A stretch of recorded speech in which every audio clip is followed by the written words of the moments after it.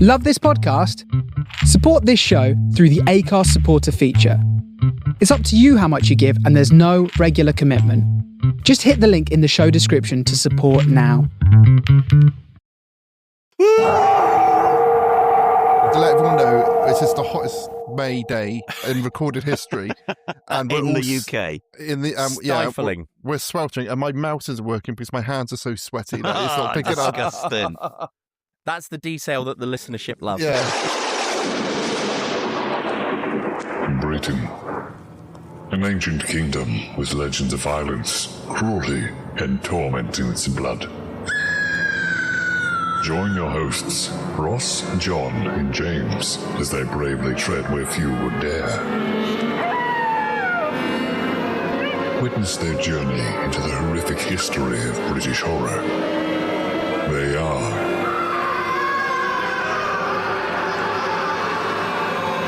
the General Witchfinders.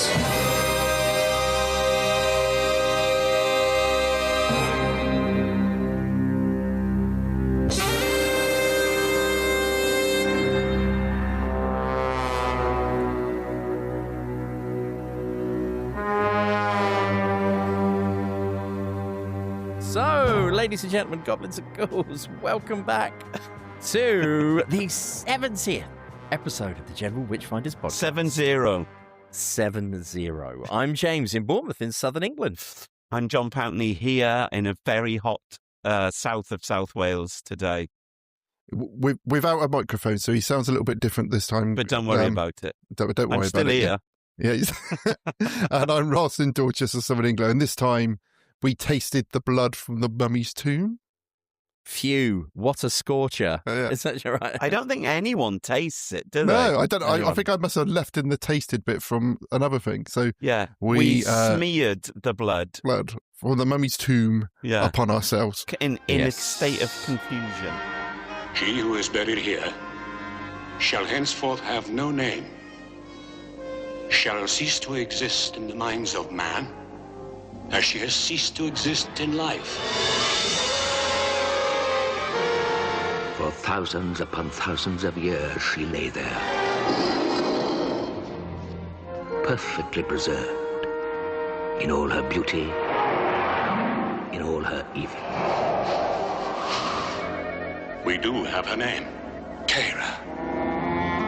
Oh, it's beautiful. Wear it always. Wear it now. Here. Across the centuries to another time, to another place, she is back amongst the living, to claim all that is hers. You're going to kill me. No, no, no, no! To threaten those who woke her from her eternal sleep. Resurrection. A rebirth for Tara. Complete control. Over life, over death. Who are you?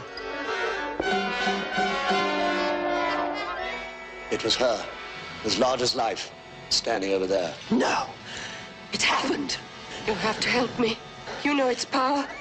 I have no mind left, no will. In the name of Terra, she is back.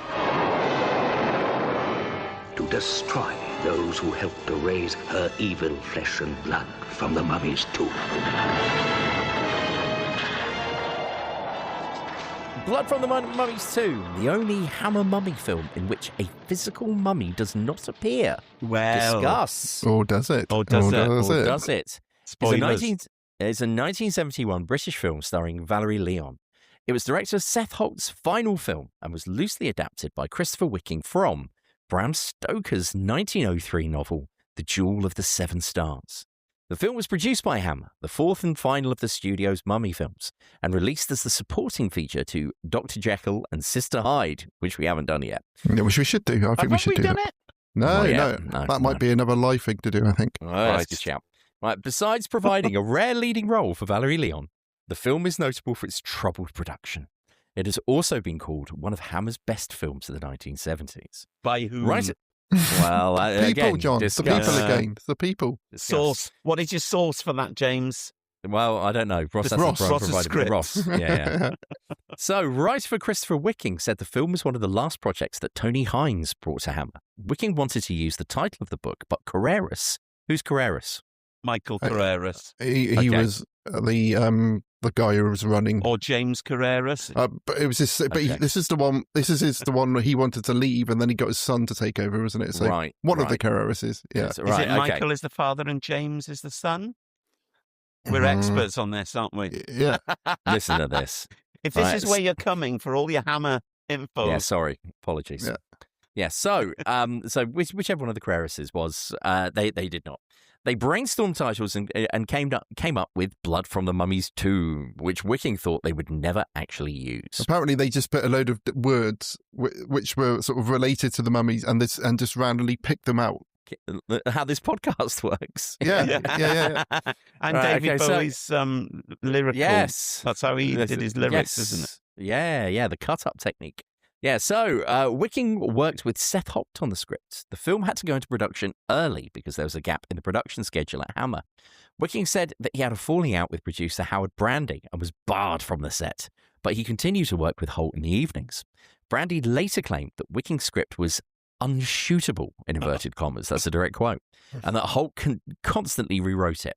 He also says that he and Holt wanted to cast Amy Grant in the lead, but Sir James Carreras insisted on Valerie Leon. The fantastic music was composed by Tristan Ogilvie Carey. Oh, the music's terrible. Oh, I love the music. That's why I said it was fantastic. I thought it sounded a bit like John Williams. Yeah. John Williams-esque at points. Good right, God. so known as the father of British electronic music, who founded Electronic Music Studios, open brackets, London, close brackets, which created the first commercially available portable synthesizer, the EMS VCS3. Which Damien Albarn's probably got. Well, I paused because I was expecting you, Ross, to suddenly produce a hitherto unseen synthesizer and go... Oh, but this one, I'd have to plug loads of shit into this to get it to work. Sorry. I might add that in later. Sorry, our listener. Yeah. We failed there. Oh, hang on. Oh, hello. Okay, well, I'm going to grab one of my ones out then. Synthesizer face-off. Yeah. Oh. Can you see the dust on it? What okay, else? Well, what's he got in there? Stylophone. How do I turn this one on?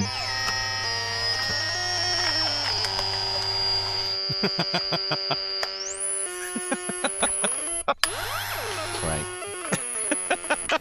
It sounds like really bad medium wave radio. Yeah. Cleaver, what is that? Is that a stylophone? It's a Stylophone Gen X with loads of other shit on it. Oh, that sounds really good, doesn't it? Does it still say as endorsed by Rolf Harris? Yeah. It comes with a box with his face on. Just thinking of him feeling up Vanessa Phelps. That's what put her on to drinking a pint of custard a day, isn't it? Yeah. Doing that thing that again, that's lost now. It's like doing an impression of Jimmy Savile. You can't do it anymore, can you? No. Right, anyway, the wobble board. So, put the wobble boards away, everybody. So, meanwhile, Tristan Carey, right? So he also scored the original version of The Lady Killers, Hammer's version of Quatermass and the Pit, and was one of the early composers on Doctor Who, creating the music for the first ever Dalek serial. Yes. Director Seth Holt died of a heart attack 5 weeks into the 6-week shoot, collapsing into cast members Aubrey Morris's arms and dying on the set. It's awful, isn't it? That is dreadful. Well, I was going to say about, kind of cursed movies in a bit, but we'll come back to that. Yeah. Michael Carreras asked Don Sharp to take over, but the director was unable to do so as he had signed on to direct a film in Israel for the producer of Puppet on a Chain, which apparently this film was ultimately not made. Michael Carreras directed the final week's filming. He said that Holt's footage did not cut together and they had to make what they could of it. And there's a few moments in this film where you can totally see that being the case. But personally, I think it's better because of it. Okay. Yeah. Right. We'll come to that. Yeah.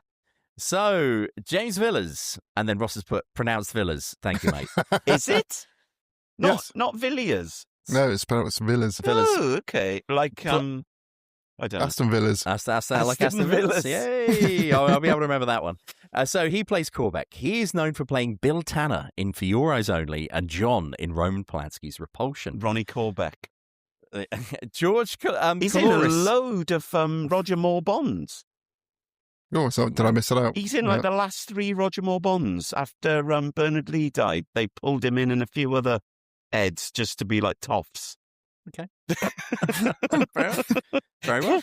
Right. So George Carreras plays Bergian. It is Bergian, isn't it? Known for parts in Citizen Kane, the 1974 film of Murder on the Orient Express, and an uncredited part in A Clockwork Orange. And Doctor Who, The Keys of Marinus. Oh, awesome. There you are. I'm missing loads out of this one. Aubrey Morris features as Dr. Putnam. Morris was apparently described by podcast favourite Jeremy Brett to Noel Coward as the finest small part player in London.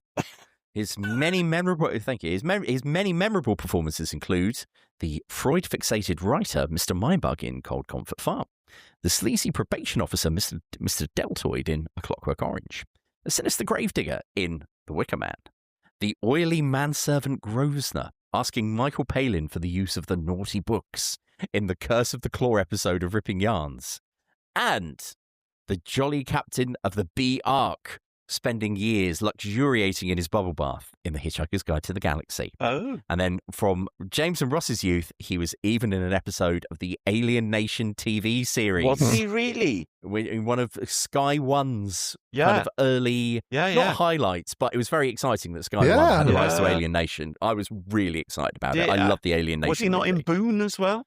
No, I'm afraid not. No. Wow. Okay. And then Rosie Crutchley plays Helen Dickerson. She has had many Witchfinder-adjacent roles, including The Haunting, and Now the Screaming Starts, Carrie's War, go and find the episode of Sophomore Lit where Ross talks about reading this book at school, The Adventures of Sherlock Holmes, Dramarama, and woof! Exclamation mark. The very familiar face of James Cossins is seen playing one of the abusive psychiatric nurses. He was the guy that I thought I'd seen with you the before. moustache.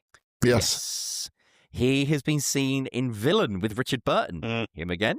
On television, he was very prolific, putting in appearances in, just to name a few, The Avengers, Some Mothers Do Have 'Em, Bless This House, Bergerac, Minder, Murder Most Horrid with Dawn French, and perhaps most memorably, Fawlty Towers. He was a specialist in officious, blustering characters, and in 1974 he played Colthorpe in The Man with the Golden Gun, also starring Big Chris Lee, which Ross hasn't put there. Right, so, and then Valerie Leon, who plays the dual role of Margaret Fuchs and Queen Terror, became a familiar face on British television during the 1970s for her regular appearances in the High Karate aftershave commercials. This is High Karate. And this unsuspecting girl is about to catch its irresistible scent. The high karate scent that can turn a usually docile woman into a ravenous creature. Look out, mate! A scent so irresistible that every pack of high karate carries essential instructions on self-defense. High karate aftershave. Be careful how you use it. She had an extensive experience in British theatre, television and films before she became a fixture in the Carry On series, appearing in 7 of them, including one Ross never heard of called Carry On Christmas, Carry On Stuffing. Really? That's not a canonical one, is it? That must be a TV one. TV only one. That's like Never Say Never Again, but which we discussed is now actually that is now canon, enough. Right, in addition to comedy, she had the distinction of appearing with in 2 different James Bond films with 2 different Bonds, Roger Moore and Sean Connery. And here's a mini Bond quiz for John. John, can you name the Bond quiz in the Bond films that she's appeared in? Yes, I can. Go on. Never Say Never Again. Never. Yes. Never say never again. A Spy Who Loved Me. I'm a Valerie Leon super fan. She is the one remitting. Remitting? Is that the word? Unremitting? The one good thing about this film. Oh, I thought you would have liked this. And the quality of the print. Well, I do like this because she's in it, but otherwise it's bunkum. Oh, dear. Okay, we'll talk about it. We'll get into it in a second. So, Leon I can't was believe we still haven't mentioned Peter Cushing's wife. Wait for it. It's coming up. Okay. It's coming up. It's coming. Right, okay. So Leon was very upset at not being allowed time off from the filming of this film so that she could pay her final respects to Seth Holt at his funeral. Oh my She also God. That's Get insane. back to work. She also refused to perform nude. The one scene where her character gets out of bed was in fact a body double. Yes. As a result, Hammer producers never hired her again, even though she received glowing reviews from critics. Exactly. Anthony Head of Buffy the Vampire Slayer fame makes a brief appearance in an uncredited role as a guy perving over one of the museum assistants early in the film. What? Yeah. So do you remember the bit when? Yeah. Yeah, that's Anthony. That's Anthony him. Stewart Head. Yeah. Cool. You are joking. No. Andrew Keir plays Julian Fuchs, not the character's name in the book. We, of course, know Keir from playing Professor Bernard Quatermass in Hammer's film version of Quatermass in the Pit. Go back and listen to the full Quatermass reviews on our feed. He also appeared in the big screen version of Daleks Invasion Earth 2150 AD, which I was about to say a date which is coming around very, very quickly, but I realise I'll be long dead when that actually happens. But we're worryingly close to it now. Alongside Peter Cushing, who had completed 1 day's filming before leaving the production after his wife was diagnosed with emphysema. He also played Agamemnon in the 1963 Elizabeth Taylor and Richard Burton epic Cleopatra. Yes. Listen to our Medusa Touch episode for a mammoth Burton deep dive there. In case you were the one leaving us these Easter eggs on IMDb, we should say that it is noted that Keir was considered for the roles of Dr. Hans Verlader, Dr. Armstrong, Dr. Bukowski, and Sir Percy Heseltine in Life Force.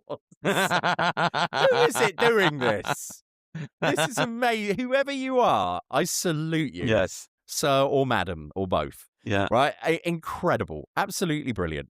Another little tidbit we discovered is that one of Keir's daughters is Julie T. Wallace, who among other roles plays Rasika Miklos, the pipeline technician employed as the Soviet Trans-Siberian pipeline in The Living Daylights. No way. And in 1986, Andrew Keir was notable for his role as Murdoch Johnson in the 8th episode of the first series of ITV's Ken Boone. Hooray!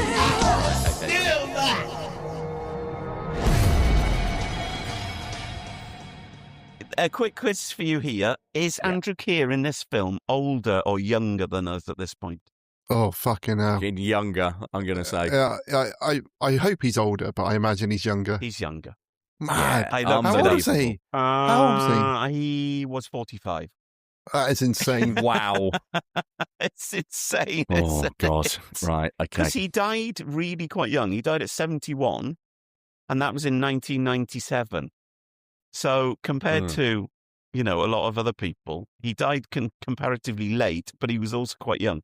I thought that Peter Cushing had left this film because his wife had died, not she'd just been very ill. They said that they did that 1 day of filming, and then they let him go, and then his wife was taken ill, and so they tried to they cobbled together a day's filming without him there, and then the production assistant or whoever rang in to say what time he needed to be on set, and apparently burst into tears to say that his wife wasn't going to make it through the night. Oh my God. So I feel like we've lived through this with Peter through many episodes of this podcast. Yes. It's mental, isn't it? What? It's like some kind of like you're stuck in a dream where you just keep coming back round to keep coming back round to poor Helen's death. I do remember also reading something once about this film, and Valerie Leon saying that the director Seth Holt had hiccups for like 48 hours, and they all kind of found this funny, and then he just dropped down dead. Fucking hell! So hiccups was a symptom of his heart attack. Whoa, it's mad, isn't it? Yeah. So I think so. One of the things I've listened to the commentary, and also watched. Oh, is there a commentary? Yeah, SWAT from whom? And there's some perv who's basically just like saying how sexy Valerie Leon is all the way through. Yeah, that's me. And there's also a little talk in there by everyone's favourite Kim Newman. Kim Newman. Yeah, of course Kim Newman makes an appearance. It's either going to be him or Mark Kermode, isn't it? Let's face it. But he was one of the two was saying that Hammer films are they're really good sort of A to B stories, where, and there's no sort of ambiguity of what's going on. You know, they said, but maybe you lose a bit of the scariness because it's so linear and clear to follow. But they said because the director died and he hadn't written any kind of notes for how he wanted to edit it together, and then they were like, I don't know how to put how this works. They had to do a lot the weird things like the dream sequences and the stars and the voiceover and stuff, stuff which they would never do in a Hammer film, and it just gave it a completely different feel. And I personally, I preferred that. Interesting. You got just as always in the same way. You know, for our foreign listeners, I should point out the popular, with pensioners anyway, Channel 4 daytime quiz show Countdown, when they have to when they have to figure out a maths sum, and sometimes like they ask one of the contestants, "How did you do it?" and the contestant then says, and then the other contestant went, "Same," and then they have to then show their working to show that they're not just good, which is exactly what I just go, I did the same because I'm so bad at maths. But anyway, just to show you, like my notes on this one is that one of my early notes is unique from Hammer. 2 minutes in, I've got absolutely no idea what's happening. Normally with Hammer films, they set out their stalls so quick and so early. With this, I was like, what's actually going on here? Because it starts off with someone. It said it starts off with space. And with an amazing font, which looks very similar to the font which I've adopted as our house font, which is block.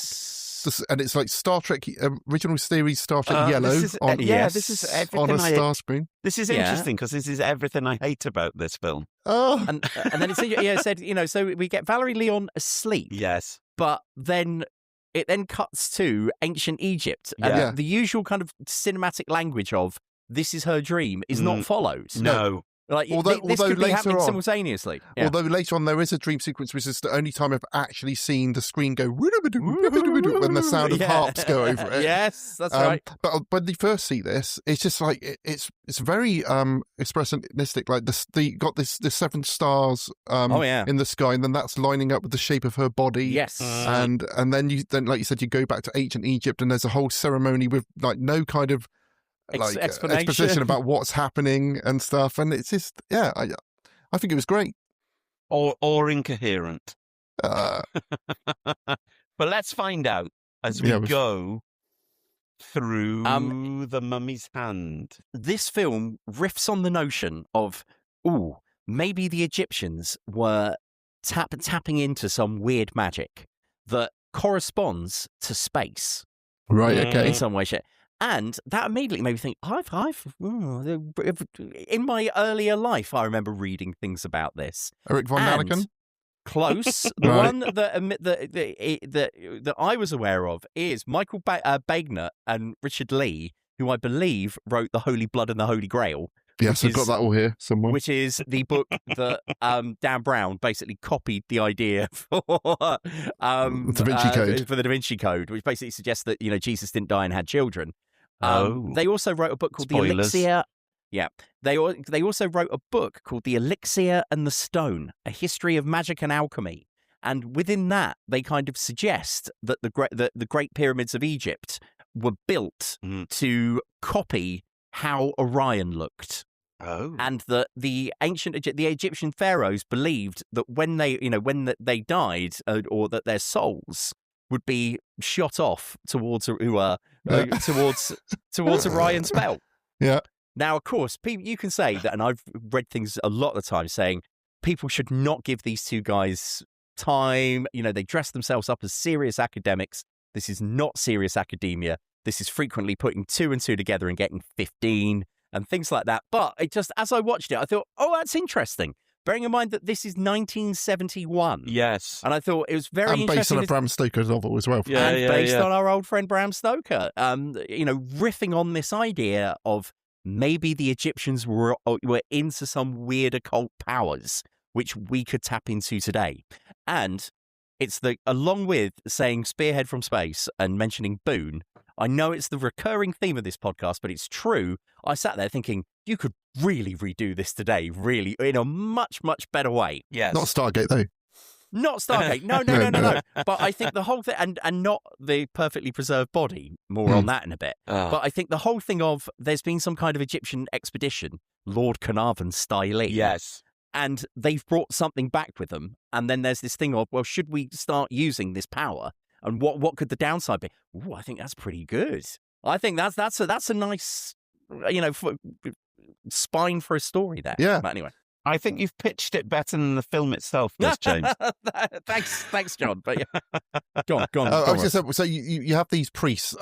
Basically, they're burying alive. It would seem Valerie Leon as this Terror. Sort of priest, terror. But they're sort of removing her name and also removing her hand, which is very much like in the Hand of Fear, John. I thought with yes, when in Egyptian religion or whatever you call it at this point, that means you can't pass into the afterlife, doesn't it? Oh, because your body's not complete. Yeah, it's part of you missing. I think that's the case, even though they did take out your liver, lights and lungs through your nose. Yep. Yes, right. Yeah. But then, like, all this wind whips up, and then these sort of like dogs come in and fight over the hand. Yes. And then all the priests' throats are all ripped out. They go out of their way to show you over and over again that there are a number of things inside the tomb where she's being buried, which includes a statue of a cat, which is very ancient Egypt. A skull. A dog skull. Some kind of skull. A dog skull. Or jackal, I imagine. And a statue of a snake. Yes. And they keep cutting back between these things, thus really highlighting these things will be important later on. So they finish the burial off, and as Ross says, the minute these priests go outside of the tomb, suddenly high winds a go-go. Yes. And I've put dreadful high winds acting. Yes. In the fact that they spin around in an extremely lethargic way. Yes. Yes. It's no Patrick Troughton, is it? It's no It's absolutely no Pat Troughton, and it's no Quatermass. Yes. When, it's none of that. Right. So, yeah, they literally just kind of flap around a bit. And then, as Ross says, all of a sudden, their throats are all like slashed, a recurring means of death in this film. What I've mentioned in this part is that they're screaming in Egyptian. Oh, okay. Well, they're not. But I do think when people scream in films and horror films, they always scream in a different language. Like some scream, it's all like foreign. Like an English person just goes, ah! Whereas an Egyptian person is like, aye! Yeah. So it denotes in some way that it's different. It's a bit like, when James Bond is attacked by the guy with the spinning blades in Octopussy. I feel like that is like, aye! That's exactly how it would be written in asterisks as well. Yes, rather than like, ah! Or, Well, maybe they got different, what's the Wilhelm screen, but they got ones for different countries, which they put over the top of them. And then it cuts to modern day. But is it modern day? Well, no. Well, it's the set. This is my issue with this film, or one of my many issues, is that it's set in the 60s. But the way it's shot and its location and its kind of claustrophobia and the only car that's in it really makes it look like it's the 1920s or the 1930s. It's really odd. And I can't believe that's a stylistic choice. I think that's just down to the way it was so rushed in production. The main guy, or not the main guy, the kind of heartthrob guy in it, drives AMG TF, I think it is, which is like a 1930s. Full of paperback books, which he reads like what do they call it on the tube when people are reading a performative performative reading, yeah. So we're running on to that. But before that, we see Andrew Keir going to soothe his daughter who's having this nightmare, and this is creepy bastard in this film. This is there is a recurring thing in the films we watch where there is a busty daughter, sweating, who's living with either her elderly father or her not ward, what it would be, guardian or whatever, the guardian or uncle, and the woman is being very infantilized.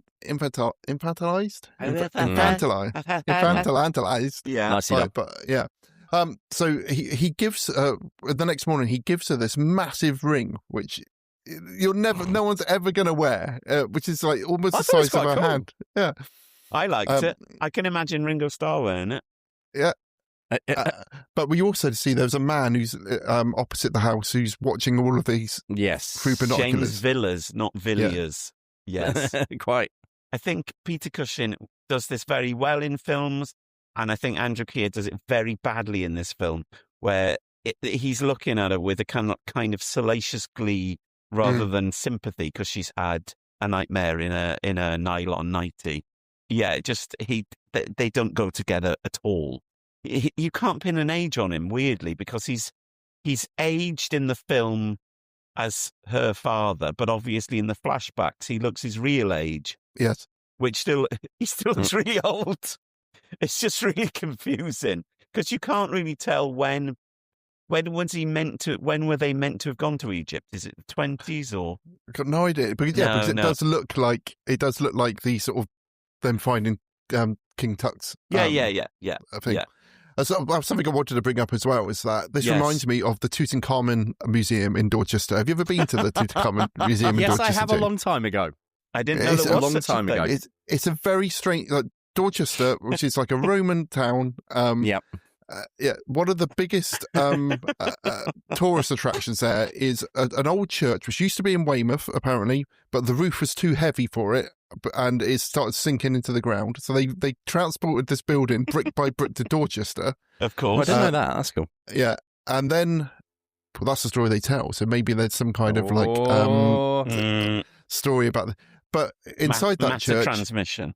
They've made a reconstruction of the tomb of Tutankhamun. So you can go in there. Yeah. And upstairs they got a load of fake mummies, recreations of various mummies in there. It is quite cool because they got the whole bit where you can look through the hole and see what he saw when he looked in and saw. That's right. That's what I can remember. Oh, okay. Yeah. That sounds good. But I did end up having an argument with the woman who was in there. Oh, you surprised me, Cleves. Because Rowan was a bit nervous about going upstairs to see the mummies. I went upstairs. I took my top off because it was too hot. I was asked to leave. Oh, well, basically, I was making out that the mummies were going to come alive and get her. And they were saying, you shouldn't do that to the children. That is traumatizing. And I said, it's my daughter. I can do what I want. Yeah, I know. I know her. I know what she can handle. And, where's the fun of going up and seeing a load of recreations of fake mummies if you're not going to tell the kids yourself. Unless they're scared that they're going to come alive. Yeah. But she wasn't having it. Yes. So back to the film. So we that was an amazing segue, Cleve. Yeah, thank you. We see that one of the people who was in the original expedition, but again, we don't know who. We don't know this expedition. Is in a psychiatric hospital. Yes. But again, because the film hasn't established who any of these people are, you're trying to sort of it's incoherent. But the only way you know that they got something to do with the story is that each of these characters they're starting to introduce have got some of these objects which we've seen in the tomb. So one of them has obviously been driven mad by his experiences there, and he's being abused by the orderlies there. In the commentary, they were making a big deal that these guys are obviously gay, and it was a real a trope of the time to show gay men as being cruel. But I was like, I didn't get that at all. Did I didn't get that either. No. So we see another one of the members of the expedition is a fake medium. It would seem. Yes, which is another one of our tropes. Yeah. In my grandmother's house. Is it? It looks very much like it. Yeah, it looks so much like Nanan's house when I was little. The fireplace and all the furnishings look exactly the same. The room is bigger, but it's like, whoa, this is exactly in the house I grew up in. So she's seeing. She thinks she sees the 7 stars in her orb. In her globe. Crystal ball is the word I was trying to think of. Yeah, well done. We're all very hot and tired tonight, aren't we? Yeah, yes. But so you can see, so you're seeing that she's also has got some kind of connection with everything going on here. And then there's a guy who is like working at a museum, going through a lot of Egyptian sort of relics, and he's got. But do we know who he is, Cleves, and what he's in? I'm talking about Hugh Burden, huge Burden. Right. And you notes didn't bring up who he was, Cleves. No, tell us then. He's Channing in Spearhead from Space. Right, okay. Way! So is that a Doctor Who story? Yes. Okay. It's the only Doctor Who story that was completely shot on 16mm film. Oh, okay. Was that a John Pertwee one then? Yes, it was his first story. Oh, fantastic. I think he's called Channing in the novel. I can't remember if he's called Channing in the story. But basically, he runs the plastics factory. Does he get eaten by a chair then? Or was that another one? No, that's Terror of the Autons. The Autons. Oh, okay. I can't remember what happens to Channing. Maybe he just melts and then the original Channing comes back to life. I can't remember. But I thought you'd have that loaded onto pick that one up. Sorry. Your Rolodex of facts would be like Channing in neon letters. No, sorry. Well, well done. Well done for picking that one up. Well done. Fucking hell, it's hot. So then, Shall we... Valerie, go on. I was going to say, Valerie Leon is eating a banana. Very seductively, apparently. Yes. Bizarre. The guy in the commentary is very excited about. But who is the guy in the commentary? I don't know. Is that Kim Newman or is it just You got the DVD box there. It's written on the back of that. It's in the car. Oh, okay. But that's when she has another flashback when she's sleeping with her boyfriend, and this is when we see the actual all of the people we've been seeing so far going to open up the tomb, and this is very much reminded me of the beginning of The Exorcist. Yes. And I thought that was done quite well. It was What's filmed his name? really Pazuzu. Nice. Yes. Pazuzu. And is it Merrin who goes? Yeah. Very, very true, Cleves. Which is after this, isn't it? Yeah, and when they open up and they find that the body of the priestess is still flesh, and still bleeding apparently from the wound in her hand. None of this makes any sense at all. No, because her hand is still bleeding after 2,000 years. Wouldn't that be absolutely full of blood? There's a lot of blood in there. So basically, she's having a dream, which is a flashback, but it's also a flashback. It's a flashback of someone else, but it's also a flashback of her own birth. Yes. Because that happens in this sequence as well, doesn't it? Yes. Very So what apparently happened is the moment they said her name, is that correct? Because on the tomb, it said this person's going to be buried here with no name, but they managed to find her name written on a ring or something.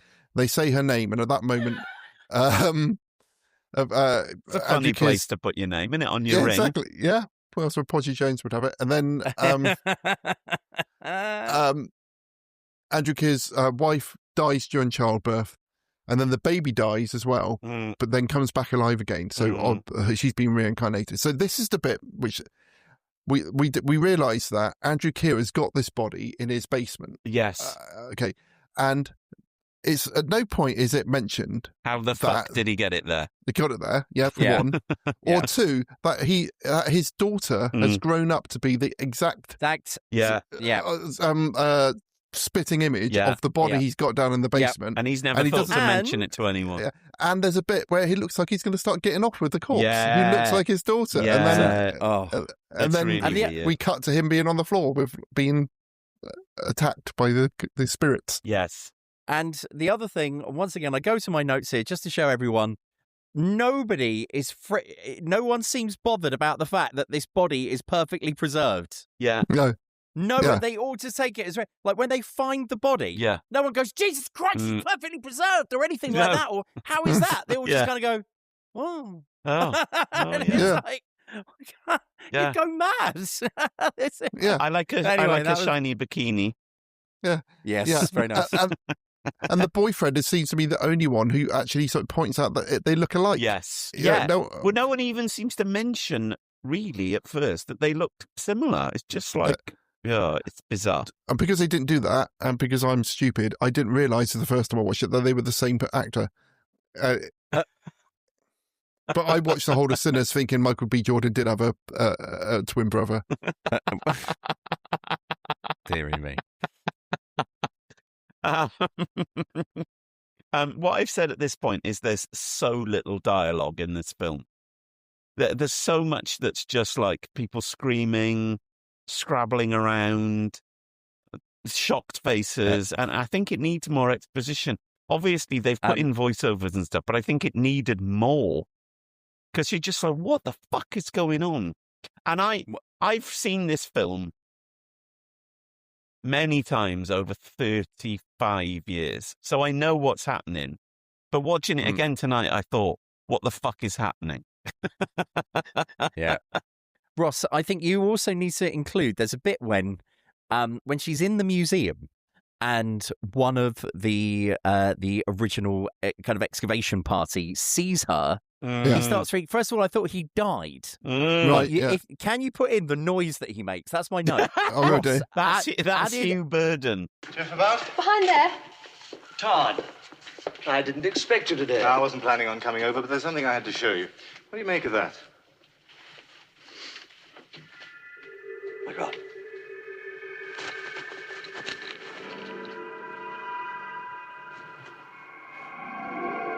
Where'd you get this? Whose is it? It's mine. Isn't it lovely?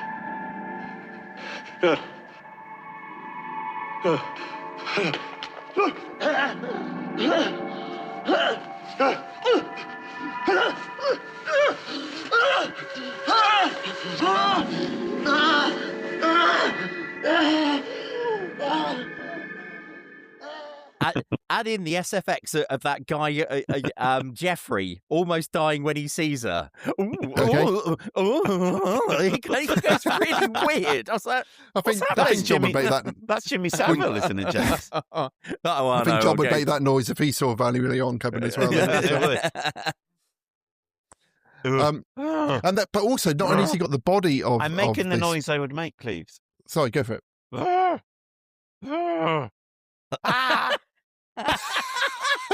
Ow! And now, Ross, do you think would she enjoy that? Yeah. This is where I'd meet her at like a Comic Con.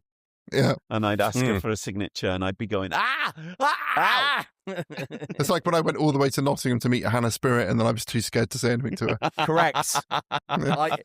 Dear listener, I can verify this. I was stood next to him. And of course, because Hannah Spirit isn't, beyond knowing her from S Club, she means very little to me. So I didn't feel kind of starstruck. And I said to Ross, do you want to go and talk to her for you?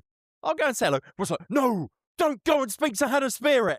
I was given very explicit instructions that I was not to talk to Hannah Spirit. Cleves? Is this before the other one died?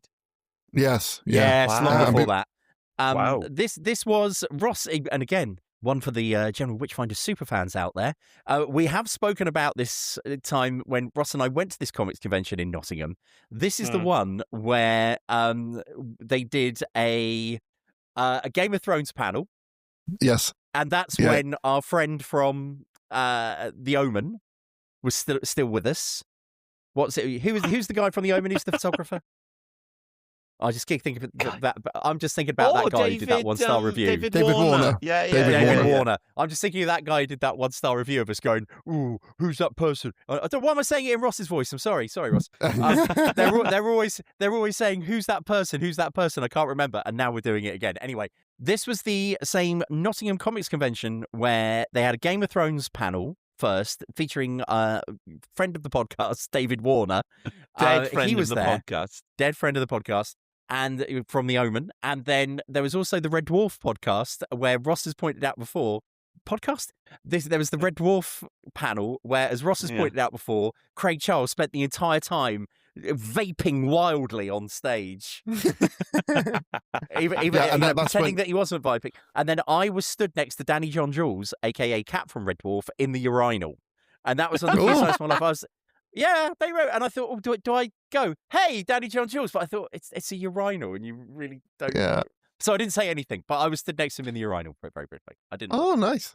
Oh, that was my next question. And also, this was the same one where during the panels, in front of Ross and I, there was a guy in Captain Jack cosplay who was, and I'm sorry. Did he get his penis out? Close. I was about to say, I'm sorry to disgust any listeners here, but he was basically and Ross and I were just looking at each other going, we can't believe this is happening. The degeneracy. Honestly, please We were not that beep won't stay that. in there. No, please beep it. Yeah, Sorry. Beep and beep. Sorry.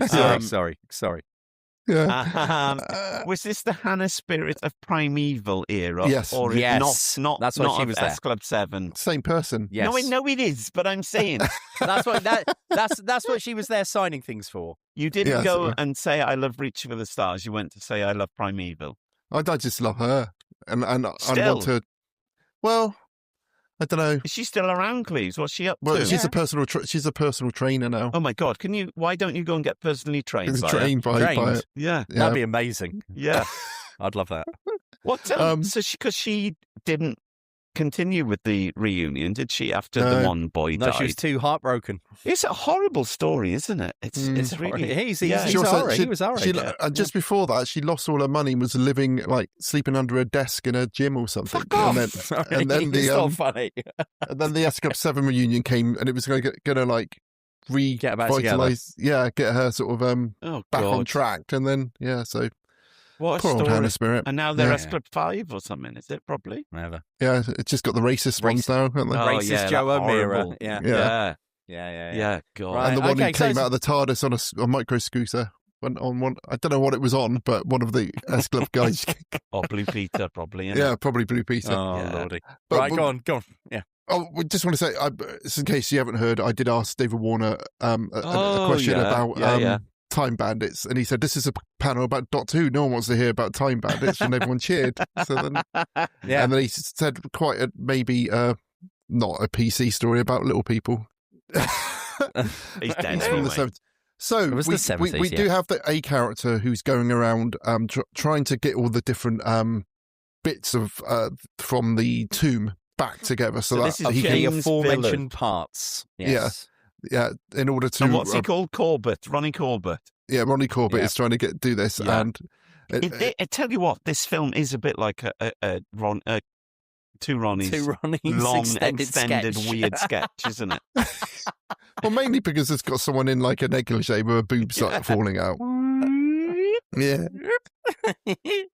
But Ronnie Barker would have done a better job than Oh my God, Andrew Keir. Yeah. So Andrew Keir, it looked like he was trying to get off with the corpse, Yes. and then he gets thrown to the floor, and then for the rest of the film, he's either in bed or he's limping around like hair flick out of Yes. a lower low. I presume that's because they didn't have enough stuff written for him. Well, apparently in the original book, it starts off with him being in a coma. Oh, So, and okay. they're trying to find out what happened. I think it is a weird ploy, and they used to do stuff like this with Doctor Who when it was like 50 episodes a year. That it would, the Doctor would be like he'd fall and sprain his ankle, and then he wouldn't be in it for 6 weeks, or like so he can go on holiday. yeah. Or Susan would have a cough, and then you'd see her like 10 weeks later, and she'd be like, "Oh, my cough's much better now, grandfather." I just presumed it was something like that, where it's just like we or don't they know what decided to, do with to add a companion, but then the next story they had written that companion in it, so they just had to like say, "Oh, well, you stay in there and have a sleep, and then we're going to." Talking through a door where you don't even see the companion. Yeah. So at this point, Valerie Leon is starting to sort of go in and out of being possessed by her. by her, doesn't she? Yes, and we've met the Doctor Egyptian at this goddess. point as well. Is the Doctor part of the original crew? He's not, is he? I don't think so. He's No, because he was delivering the baby when that was happening. Yeah. So it's kind of insinuated that he's in on it, and then later on you find that he is in on it, don't you? And there's some bizarre choices, like him wearing sunglasses indoors. It's just such a weird film.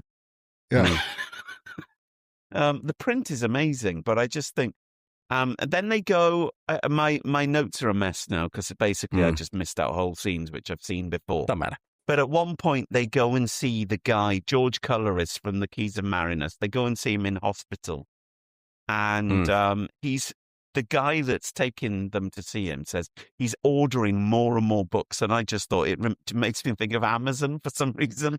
That he's just like feverishly looking at Amazon Prime. Well, but that's what I would do if I was in prison and they would allow me to have books. And mentally ill. Just order more. Just keep yourself going. And then the guy with them says the best line of the film, where he says something about a demoniac being, which I thought sounded pretty good. And then I've written the answer in inverted commas, but I thought, well, yeah, I think with this film, you don't know what the question is. I think you need to know, really, the James Villiers character. You need to know, as the villain, really, ostensibly, what his plan is from the start. Is he going to take over the world with the power of Terra, whatever she's called? Yeah, that's what he wants. He wants to use it for nefarious means. But you don't know why, James, do you? You just no. He's just no. Oh, I'm collecting the cat. I'm collecting the skull. I'm collecting the snake. The snake. But But also, why hasn't he done this before? Why is he doing it now? So did she have to come of age or something? Did she be able to become the age of? They mention that it's a birthday. Yeah. But I just think that a lot of it is so vague. You're just like, I don't know why any of this is suddenly happening. But he's meant to be going after these bits, but it's not him who ends up collecting them. It's like some kind of spirit or something. So I thought, there's a bit where... They magically appear in the tomb. Yeah, in the tomb. Which has been rebuilt under the house as well. So I don't know how that would have... Like Robbie Williams' house next to Jimmy Page, isn't it? Yes. Once again, for our international listeners, in case you're not aware, the pop star Robbie Williams, probably most known beyond these shores for he did that really weird biopic, the song Angels, and the biopic where he was portrayed as a CGI chimp. PGT chimp styly. Yeah. He, as a very rich pop star, bought a house in an expensive part of London, and as many millionaires do, the large Georgian house that they bought is just not big enough for them. So it's like a lot of the Russian billionaires do this. Dig down underground, like David Essex in War of the Worlds. And they found a Martian spaceship. And that. So Robbie Williams started excavating large parts of his underground, of his garden property. And this enraged his next door neighbour, none other than guitar legend Jimmy Page of Led Zeppelin and Warlock of Jimmy Page of Led Zeppelin. Crowley. A fan of Aleister Crowley, and they had a long, protracted legal battle, and Jimmy Page's dark powers were no match for Robbie Williams. Did he steal his piss like he did with Bowie? with David Bowie. That was exactly the next story I was about to say, Ross. So well done. Well done. I don't know if it's still ongoing. I don't know what's on. So we have the death of the guy who's in the psychiatric hospital, and I thought this was which goes on for ages. Yeah, but I reckon Sam Raimi saw this because this is very much how some of the the Evil Dead. Really? The Deadites come in the original Evil Dead film. So lots of Dutch angles. Inanimate objects start moving. Yeah, and like screaming and like noises from everywhere, and the guys looking all over. It's so Evil Dead. Good spot, Ross. You're absolutely right. It's like me with IBS on the toilet. Lots of screaming. So Dutch angles, things moving. What I put is it's obvious that they couldn't afford a real snake. No, because they just have like the shadow of the snake being moved around in the background. And then you see like the strikes on his face, and then there's a bit pulsing blood from the neck. They all die from their necks being attacked. Yes. Yeah. So then we have another death where they go to get the hand from the chap who's working at the at the museum. Yeah. And then there's like a nice set which looks like the outdoors when he's running down a fire escape and stuff. I thought that looked really great. That looks expensive for Hammer. I think that set is made up of bits from Quite the Mat and the Pit. Oh, it looks very similar to all that stuff. And isn't it a similar set of production team? So they'd be like, oh yeah, we've got a bit of that in the backlot somewhere. And there's a really lovely shot where the boyfriend walks through a load of like smoke, and it all swirls around him and stuff. It looks good. It's a great print. I will say there's some really good imagery in this film. There's a bit where Valerie Leon walks towards the sarcophagus in slow motion with all her hair blowing around, and that looks really, really cool. It looks like a kind of 80s video, like Bonnie Tyler or something. This is one of the because Hammer are doing these new cleanups and like Ultra HD editions of it, and we got this on Blu-ray. Yeah. And it looks amazing. It looks and fantastic. I would really have loved to see this at the cinema, this cleaned up version. But just at the beginning, just all that starscape and stuff, and all I just loved it, and I love the music. I know you're not a fan of it. I thought the John, music was just really slow and a bit kind of it's very ethereal derivative. and dreamlike. I just thought it was like just plucks out bits of kind of Egyptian sounding stuff and just doesn't really go anywhere. I think the way it's used doesn't feel like it's used at the right time. It's more like background music than kind of incidental music, if you know what I mean. Yeah, maybe. It doesn't punctuate like shocking moments. It's kind of just like noodling away in the background. But so he dies.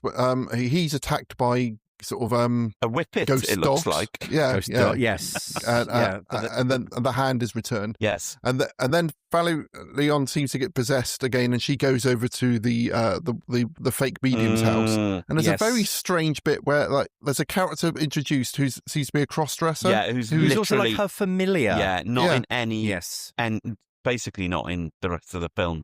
Now, I think this is, and bearing in mind that when this was made, 1971, so this reminds me of the documentary, and again, it is General Witchfinder's recommended, The Last Sacrifice, which speaks a lot about a lot of our touchstones, like 1970s horror and all the rest of it. And they highlight how in 1960s Britain, in the media a lot, there were a lot of people who were saying they were Wiccans. Right, and people who were into witchcraft. How that character was dressed was very, very similar to one of the guys who was seen as like the high Wiccans at the time. And I just thought that was kind of like, if not a nod, I thought that's why they have portrayed this character like that. Because I thought the film audiences will understand who this is supposed to be or representative of. And also, it's a bit of... I don't know if transphobia is the right word, because it's more of like, that's a cross-dresser. That's really weird and spooky and like unnerving. Yeah, I don't understand it. I don't, and it's just like, what's going on? These people are evil. What you see is a hand coming around the door with nail varnish on, and then the reveal is that it's a fella, isn't it? That's the kind of vibe. But it's just put in there for no reason apart from isn't that a bit? I presume that it's a character that isn't in a fully fleshed out, fully written film. If they're constantly doing rewrites and then the director dies, they might have shot that part weeks before, the first scene, because that's the way feature films and they are didn't done. have enough time to do the other scene. Yeah. So she's killed by the spirits of a cat, and then that cat statue ends up going back to the recreation of the tomb. Have we talked about the death of the boyfriend? No, which is very coming strange. up to that. Yes. Yeah. Once again, an almost impressionistic sequence. I've called it the worst sequence in all of Hammer, James. Whoa! Okay, yeah. So on the commentary, it said that was meant to be done as a series of stills. Yes. Very, very like Legette-esque. Yeah. But they didn't. They showed it as like him being still. So John, you describe it. You'll do a better job. The car is meant to be moving, but it obviously isn't moving. The car is just stationary, and he's pretending to be shocked in freeze frame. I think what's happening is that the hood of the car is meant to have come off, and he's trying to wrestle with it. But all you're seeing, he's doing it still. All you're doing it, all you're seeing is he's stills. Also weirdly driving a car from the 1930s. Well, yeah, I don't know, which is very weird. That is the thing that kind of makes the setting of the film weirdly ambiguous, isn't it? This is another point when he slapped Valerie. Oh yeah, that's that part. Leon. That part's awful. Actually, I put female character slapped Klaxon, our old favourite on that. Slapped some sense into her. Yeah, very popular in these films, which made her sort of the spirit of the Egyptian priestess take her over, and then she wished him dead, and then she immediately regretted it. So then you're starting to see that these are the sort of powers that she may have if she managed and to be come fair, up. He deserved it for slapping her for no fucking reason. Yeah. So then he crashes the car and he has his throat slit, doesn't he? but it's it's just terribly done. Very strange. Embarrassingly bad, I would call it. I could do better. Like now, if I went out and filmed a car crash now. Yes, I think it might have worked. In the dark. Would have been interesting to see what the original vision of that director. Well, yeah, I can see if they use actual still frames, but they're not still frames. It's someone holding still, in a car which is meant to be moving, and you can see the ground is stationary. So it just makes no sense at all. But it's interesting, like, you feel like, why did he want to do that on that particular death? Is it something he wanted to do throughout the film? Yeah. And if he did, it might have ended up like something from like Dr. Fives or something, because that's the kind of shit they would have done in that, wouldn't they? So then we've missed out the death of the Doctor, but that's not important. Don't worry about it. How does he die? I can't remember. He falls through a window, doesn't he? She does something and shoots her out the window. But I've got to say, that scene, to me, I went to see this new version of The Mummy, which was at the cinema the other day, and there's a scene where a character approaches the mummy in that, and she fires him through the window in a very similar scene to that. Okay. So I feel like that is a homage. Personally, I feel like that was a homage to that film as well, because it's too similar not to be. So then we go back. Andrew Keir has like burnt the body in order to sort of cover up the fact his daughter has killed the Doctor, and I can't remember why, but then they decide to go through with the ceremony. Yes, I can't remember why either. And this is one of the things that I liked about it. Acting for the counsel for the defence here, is that they kind of suggest that everyone throughout the film has been a puppet of this goddess. As as at one point the line is, "You didn't find her; she brought you to her." Yeah. And I think the whole thing is that they kind of realise that they're out of control, and that all of these items, taken from the tomb, have now been kind of brought back together so she can be fully resurrected. That's quite interesting. In her original body. And I thought, so I think it's that kind of thing of, we're just playing out the roles here, because then right as we get to that total climax, Valerie Leon and Dad are like, oh, it's too late. We've been played out, as it were. Now we're gonna have to kill her, and probably ourselves too. Yeah. But I think that's quite a nice way, because it's like all these people have been trying to make this thing happen, but it's been happening anyway. Like we said, they've been trying to find these objects, but these objects have been finding their way back to her anyway. Yes. So they end up having the ceremony's about to come through. The priestess comes back alive. Her hand gets reconnected to her. James Villas is like, no, stop! You can't do this. Don't kill her. We want this power. That's been the whole thing. She is, and again, very, very 70s. What I was talking about at the start of the podcast. There's some mystical, untapped power here that we could use. We've got to, for the good. What could we do with this power? And so he tries to stop them, and then they stab him. Yeah. So that's him out. That's him gone. And then she jumps up. They have a tussle, and they stab her. And then the ceiling falls down, and they all get covered in rubble. Yes. Cut to ambulances flying through London, which I feel like, which has happened in a lot of the films we've been watching recently, I think. Yeah. And then there's a body covered in bandages. Like a mummy. Which one is it? Like a mummy, but who is it? Is it the priestess, or is it the daughter? Or if it's doesn't matter, yeah. And then run credits. And she opens her eyes and she's mumbling something. Yeah. Like that's she's saying something. But she doesn't look like ha ha ha ha. No. She's looking quite freaks out. A great and it's like, because other Hammer films would have just stopped at the ceiling falling in. Yes. I put it's a Hammer film with something like a coda and quite a dark ending for Hammer. Yeah, and like an ambiguous ending. It is a great ending. Great ending. And this is why I think this is one of my favourite Hammer films we've watched. Whoa, okay. Oh my God! I will, like Derek Smalls and Spinal Tap, I'll be the lukewarm water between you two. I thought it was kind of like wacky in terms of, like I said, you can tell it's been cobbled together. But I also thought there were some really, really interesting ideas in this one. Yeah. So I enjoyed watching it. Yeah, and I think it looked amazing, but I think it's, high definition stuff. Does a lot of things. It's probably given it an extra half a point. So I'm giving it 4 out of 5. John? Well, for the ending, which is great, and for Valerie herself, I'm going to give it a 2.5. Oh, okay. And I'll give it a 3. Oh, okay. Interesting. Yeah. Brilliant. I mean, you can't argue with Val. No. Hell of a shape on her, as we would say in South Wales. As my dad would say, she's healthy. I will also. I'm going to sprinkle this in like a little trailer, perhaps. Now, I will warn you, our listener. This may not actually come to fruition. It depends on how much time I've got over the summer. But I did manage to also glean from this film some things which I'm going to use in our General Witchfinders spin-off that I'm working on. Yeah, James's little spin-off, which also could be an article in the next scene as well, James. I thought that could be... Whichever. Whatever you want. Do both. I think do both, definitely, man. I've already gathered a tremendous tome on that I can use, and straight away I was like, I'm using this. I'm reading lots of this stuff out. This is fascinating. And in this film, hang on, let me turn it back.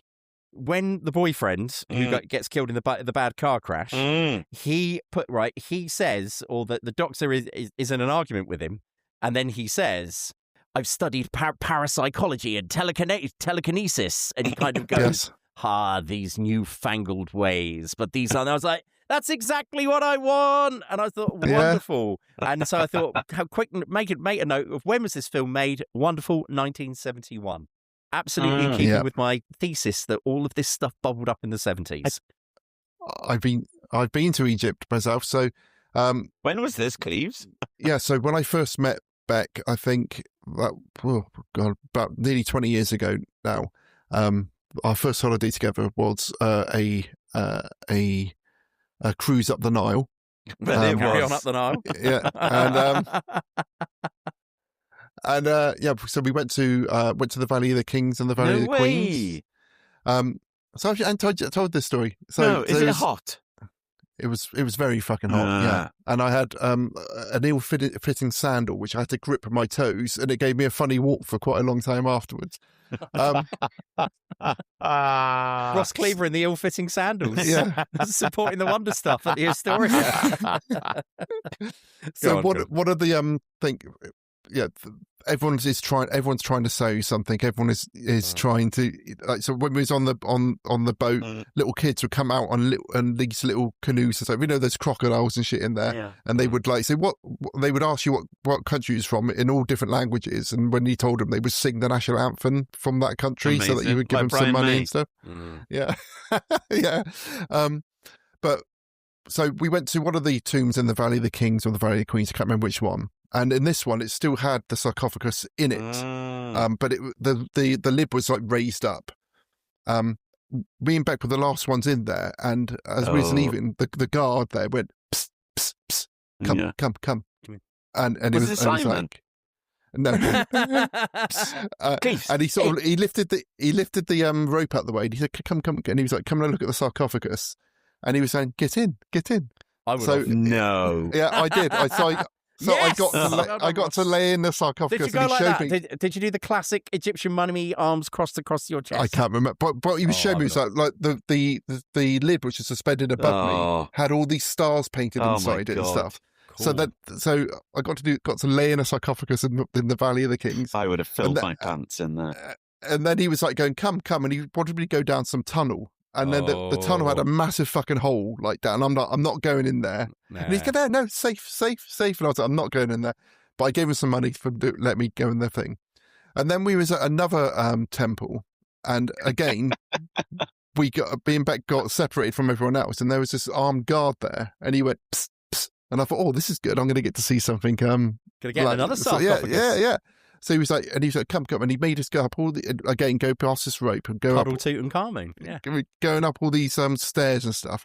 And then there was like a carving of a scarab, and he went, scarab, understand? I went, yeah. And then we kept going up, and then then there was a carved penis in the wall, and he pointed, he went, understand? And I was like, yeah. And then we got right to the top, and he went, cash. and he stood in front of the stairs, so there was no way of us to get back down again. And he went, cash. And I said, I haven't got any money. And he was like, cash. And I said, I've got no money. And then he pointed his machine gun at me. He went, cash. Whoa! And I was like, I went full on like, I'm British. You will not shoot me. I said, you would get in so much trouble if you shot me. Just get out of my way. And I had to push my way past it. And then Excuse me, sir. I do not appreciate either your representation of the scarab or the penis. Stand aside. But good day to you, sir. It wasn't until we got downstairs that because I was just so like, the adrenaline came. Yeah. That someone pointed a machine gun at me that I was like, oh, fucking hell. Oh, Yeah. But, it's obviously a thing he did in order to get money off people. Yeah. But yeah, apart from that, it was fantastic. We had a really lovely time. But this is before the Arab Spring and all that kind of stuff. And it was, it was mental going to all those places. Yeah. And what a tribute in many ways to the recently departed Judith Chalmers, who's recently passed away and was a figure of all of our youths. She was a programme on ITV in Great Britain. John is singing the theme tune. Wish You Were Here, where she would go away on holiday to various different places. And Ross's travellogue there is right on the money. One of my favourite theme tunes of all time. I reckon your microphone might have kicked in, John. Well, it's not. It's not plugged in. You plugged in. Oh, you sound different. One other thing I should say as well. We mentioned earlier a podcast called Sophomore Lit, which I've been on a couple of times. Yes. I've been on one with you. Yes, you've been on one with me. I've just recorded one where we've done Asterix and Cleopatra. So if you're on the Egyptian tip, go and check out Sophomore Lit, where I talk about Asterix and Cleopatra as well. Cool. I didn't tell the story about the soldier on that one. Oh, I see. General Witchfinder's exclusive. In tonight's Wish You Were Here. Yeah. We visit. Well, they do like two abroad, then one in like at home. Yeah. Guernsey. Yeah, or what's the one? Torquay, somewhere like that. Yeah. English Riviera, isn't it? Anyone got anything horrific to talk about? Nothing. Okay. Well, besides my glasses breaking. Yes. Oh. But the thing is, he was trying to move something with his mind, and then the crack just like... Yeah. Actually, it will take 10 seconds. They're repeating all of the X-Files on some mad channel. Oh, and, okay. We've caught a few of them, and they are really fucking unbelievably good, some of them. Yeah. The early ones were fantastic. The linking stories are a bit boring, but the Monster of the Week ones, some of them are brilliant. And they must have cost a fucking fortune.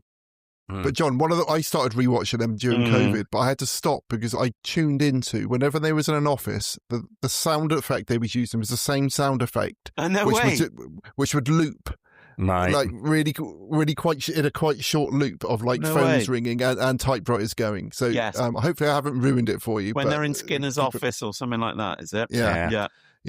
Oh, one of our friends.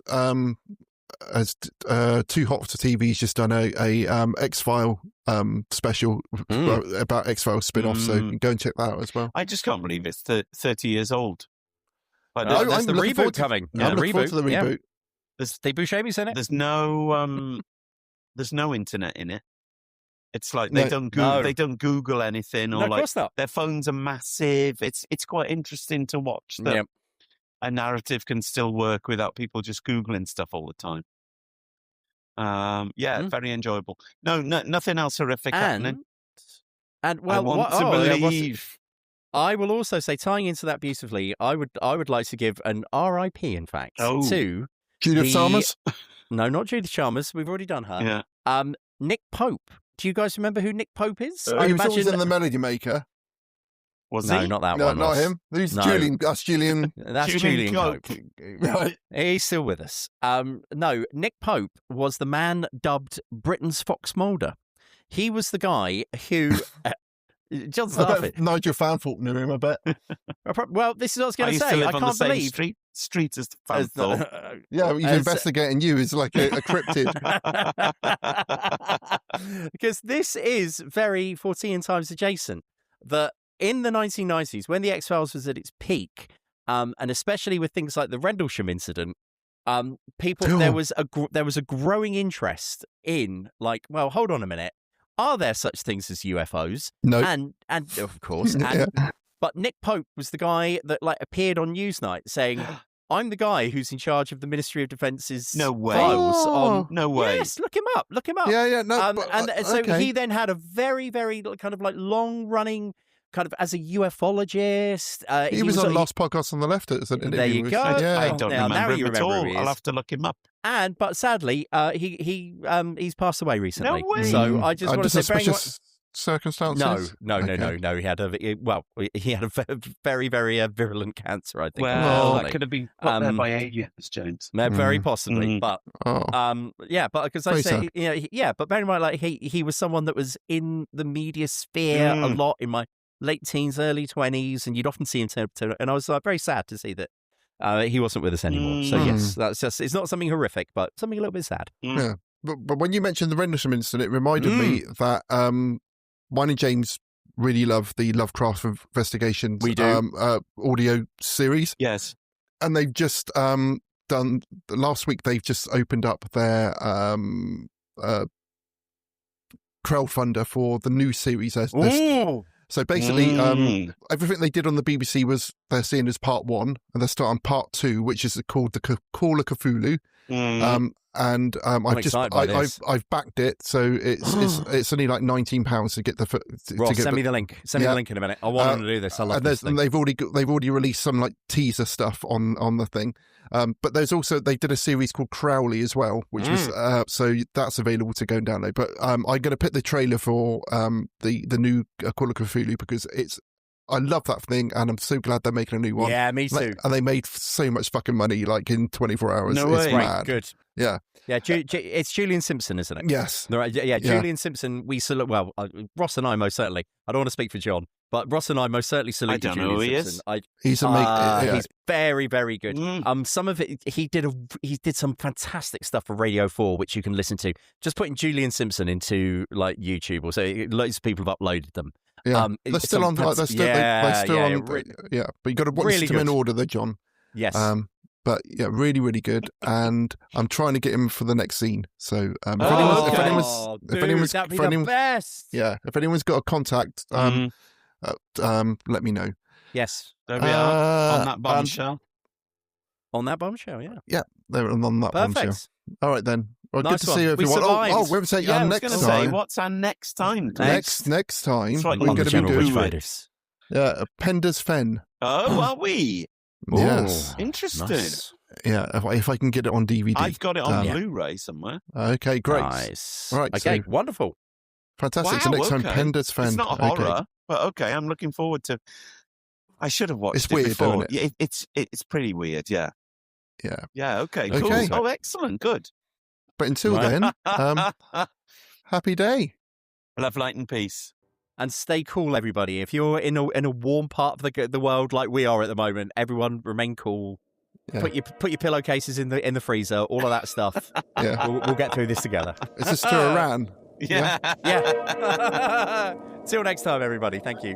You have been listening to The General Witchfinders.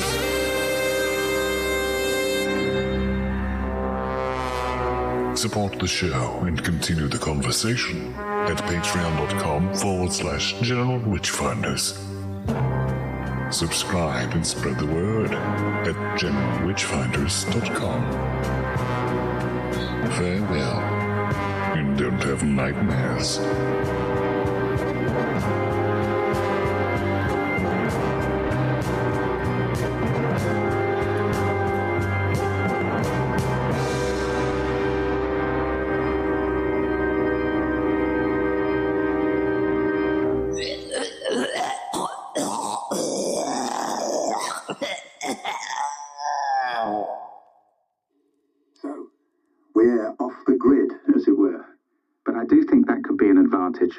And we might already have another story. We've been contacted by a police inspector called John Legrasse. He thinks he might have something that's up our street. He's giving a talk at the Royal Archaeological Society next week, and he's asked if we'd like to come along. Sounds fancy. Doesn't it just? A change of pace would be nice. Something a bit more genteel, maybe. We'll let you know how we get on.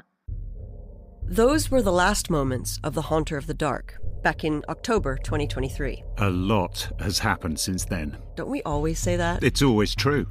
I'm not sure if that's a good thing. I've stopped thinking about it. Probably wise. Since then, we made a long-form documentary series about Aleister Crowley. We did, and we're very grateful to everyone who participated in the crowdfund and helped make that project a reality. If you haven't listened to Crowley yet, you should hunt it down and get it in your ears. After Crowley, or more accurately, around Crowley, a whole bunch of other stuff happened. Which is what we want to talk about today. It started, as you heard at the top, with Inspector Legras's talk at the Royal Archaeological Society. You thought that was going to be... what was the word you used? Genteel. I said it would be genteel. I'm an idiot. Because where did it lead? Oh, where does it always lead? Weird artifacts, collective nightmares, strange rituals, occult assassins, the Pensold Institute, an organisation known as the Clique, and something that... well, let's not spoil it. Along the way, we've been around the world. From London to the United States, and then to Paris, Amsterdam, Vienna, the Far East, and ultimately to an island in... Oh, can't say where the island is. I thought you didn't want to speak. Parker is here. In an advisory capacity. We've been all over the world, is the point, in pursuit of this story. Including places we're not even allowed to point at on a map, apparently. Well, actually, that's fine. It's not on any maps. Let's just get on with it. We have a new story to tell. It started with Inspector Legras's presentation, and it has taken us all over the world in pursuit of... What? No, well, let's see where you're going to go with this. Well, I was going to say in pursuit of an international occult conspiracy. Oh, that's fine. Are you sure? Yeah.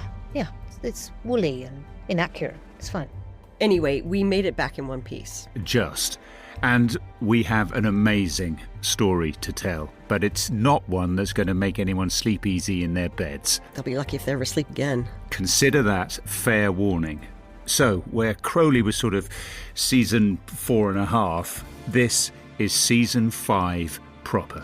We're firmly back in our discomfort zone with a big full-length season with bonus materials and all the bells and whistles. By any measure, this is our biggest project yet, and we're launching a crowdfund to bring it to you. Oh.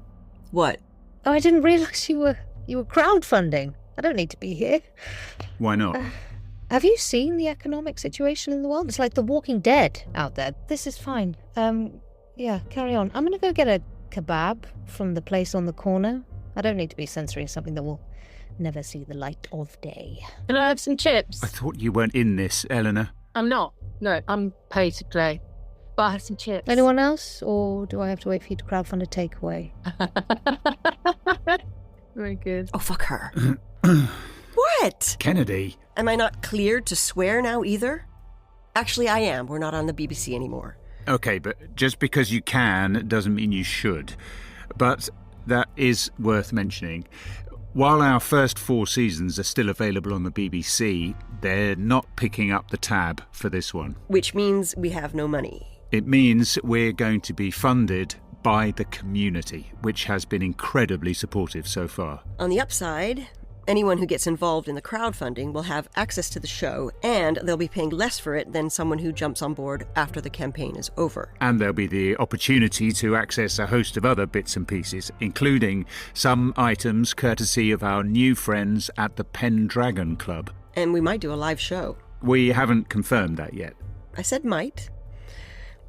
Okay, the focus, though, is this story. This season is huge.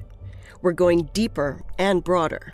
We've met a lot of new people, but there are also going to be some old faces. This is a full season of the show.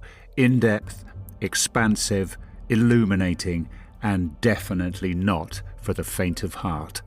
So please sign up to the Backer Kit launch page or look for more details on our site at pleasantgreen.co.uk. And we hope you'll hear from us again very soon. Is that it? Oh, we haven't told them what it's called? Well, I think they already know what it's called. I'm Matthew Hayward. And I'm Kennedy Fisher. And this is the Call of Cthulhu.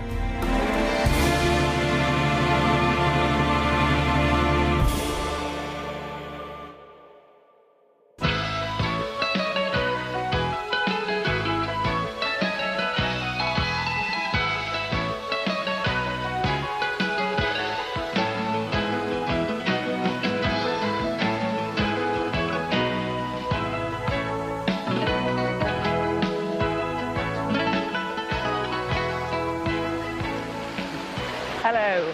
Well, behind me is Aphrodite's Rock. According to legend, it's where the goddess of love rose from the sea foam. I bet you didn't have to climb over all these pebbles, though. I'm going to undo another button. Is that some kind of polyester thing, Cleves? That's a good point, isn't it? Yeah, I put a cotton t-shirt on. What if I just take it off? No. We're friends. If you want to, but I'll just turn your screen off. All right. So, episode 70, over 100,000 listens. Oh, yeah. Are you going to mention that in the... I don't know. What do you think? Yeah, you should because some people get over 100,000 per episode, but... Yeah, but fuck those people. That's fucking... Yeah. Who cares about them? All right, okay. We can do that. That's Dan Snow or... I don't know. Rory Stewart. Yeah. Or Rod Stewart. And him. The Rod Stewart Model Railway podcast. With Pete Waterman, I'd listen to that. Yeah, and they go out and fill potholes in. I think Pete Waterman has got a scale model of Leamington Spa train station. Or he's a giant and visited Leamington Spa. You know that he's so dyslexic that he couldn't write his first £1 million check. Apparently. Oh, Lord, really? Good Lord. Does it's just Googled, oh, Lord, really? Does Pete Waterman have a scale model of Leamington Spa train station? Yes. There we go. How many? It recreates Leamington Spa railway station in the 1950s. It's UK's largest private zero gauge or O gauge. It's O gauge, isn't it? Because there's OO gauge as well. Scale model railway. Isn't that amazing? When I was in New Zealand, I went to this place and it had a steam train which I went on, and I got very excited and stuck my head out the window, went boop boop, and got soot in my eye. And then the rest of the journey, I couldn't see anything. And then when I got to the other end, they had like a scale model of the Swanage Railway from back home, which is mad. Yeah. Then on the way back, I stuck my head out the window again and got soot in the eye on the way back, so I couldn't see that. Yeah, Jesus. That's the definition of madness, Cleve. Right, James, you ready?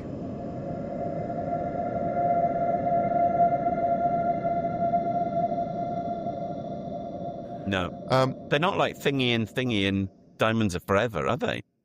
Which Thingy? I can't think what they're called. The bald one and the other one. The dad of Crispin Glover. Is that who it is? Yeah. Anyway. Cut all this bit out, Ross. Yeah. What they're called? Merchant Crump or something, aren't they? Mr. Merchant, Mr. Crump. I don't know. In Diamonds Are Forever, Cleves. I can't remember. I don't know. I don't know. Right. Move on. Move on. Note to self. Move on. This is the sort of thing I was worrying was going to happen when we was actually live on stage. It was like, I don't know what he's talking about again. Yeah. Right, okay. You know the ones I mean. Just fucking use your mind. No, I've probably seen that film once. Fuck off. Yeah. When he's talking to the rat. I don't know. He's talking to a rat in a tunnel, and then he gets out the tunnel and he's like, oh, good afternoon. I was just taking my rat for a walk. I don't know. Ah, Cleves, you've missed out.